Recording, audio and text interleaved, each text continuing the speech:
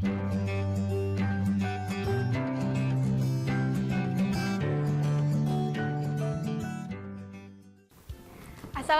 warahmatullahi wabarakatuh. Saya Agih Hoirunisa. Kali ini kita akan belajar bahasa Indonesia untuk SD atau sederajat pada modul dengan tema ke-11, yaitu waspada bencana. Nah, pada modul ini kita kembali membahas tentang teks penjelasan atau teks eksplanasi. Nah, teks penjelasan atau teks eksplanasi bertujuan untuk menjelaskan tentang bagaimana suatu peristiwa alam atau peristiwa sosial itu bisa terjadi. Nah, teks eksplanasi adalah teks yang berisi penjelasan tentang terjadinya sesuatu sebagai akibat dari sesuatu yang lainnya. Nah, ciri-cirinya yang pertama, informasi yang dimuatnya itu berdasarkan fakta atau bisa kita sebut sebagai faktual informasinya ya. Yang kedua adalah hal yang dibahas berhubungan dengan suatu fenomena yang bersifat keilmuan. Kemudian yang ketiga, menjelaskan proses terjadinya fenomena alam. Nah, di sini ada contoh salah satu contoh teks eksplanasi, yaitu judulnya terjadinya banjir. Berarti di sana akan menjelaskan tentang sebab akibat mengapa banjir bisa terjadi. Kemudian, nah di bawahnya itu ada ininya ya, ada urutan sebab akibatnya.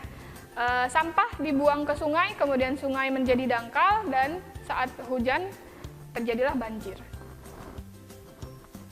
Selanjutnya, bagian-bagian teks penjelasan atau teks eksplanasi itu ada 3 ya. Yang pertama ada pernyataan umum atau pembuka, yang kedua ada deretan penjelas, dan yang terakhir ada kesimpulan. Nah, ini ada contoh uraian paragraf yang berjudul Gempa Bumi yang menyatakan bagian-bagian ketiga teks tersebut. Bagian dari ketiga bagian tersebut maksudnya ya. Nah, ini ada pernyataan umum. Pernyataan umum di sini berisi tentang pengertian gempa bumi. Nah, kemudian ada di deret penjelas di sini menjelaskan tentang jenis-jenis gempa bumi itu sendiri. Kemudian yang terakhir ada ada kesimpulannya ya.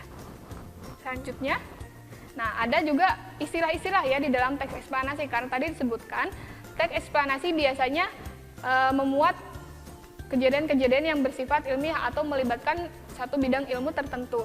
Jadi akan kaya sekali akan istilah-istilah ilmiah.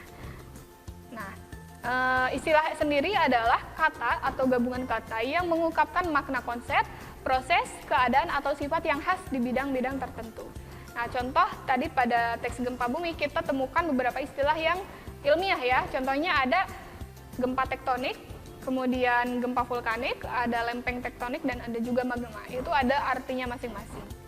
Selanjutnya, nah pada unit kedua kita membahas tentang kalimat efektif dan juga kosakata baku dari teks eksplanasi. Apa itu kalimat efektif? Kalimat efektif adalah kalimat yang tersusun sesuai dengan kaidah bahasa Indonesia. Nah, di sini ada beberapa contoh ya, pengkoreksian dari kalimat tidak efektif menjadi kalimat efektif. Nah, pada nomor 1 kita bisa lihat di sana, kalimat tidak efektifnya adalah hutan adalah merupakan wilayah yang luas. Nah, kira-kira di sana apa letak kesalahannya? Nah, ternyata letak kesalahannya adalah ada 2 kata yang sebenarnya bisa dihilangkan salah satunya. Contohnya, perbaikannya adalah hutan merupakan wilayah yang luas. Jadi dihapus salah satu ya, mau adalah atau merupakan yang kita hapus. Jadi tidak usah keduanya. Kemudian pada kalimat yang kedua itu ada lalu mereka kemudian mengambil jalan pintas. Nah, ini sudah jelas ya, ada kata konjungsi 2 di sana ya, ada lalu, ada juga kemudian, yang dua-duanya sama menyatakan kejadian selanjutnya gitu. Nah, ini bisa kita hilangkan salah satunya, contohnya kemudian di sini yang dihapus, lalu mereka mengambil jalan pintas. Nah, itu seperti itu. Dan juga masih banyak lagi ya di bawah. Ada yang menyebutkan banyak orang-orang. Nah, orang-orang sendiri sudah menunjukkan kata-kata yang jamak, jadi tidak usah menggunakan kata banyak lagi.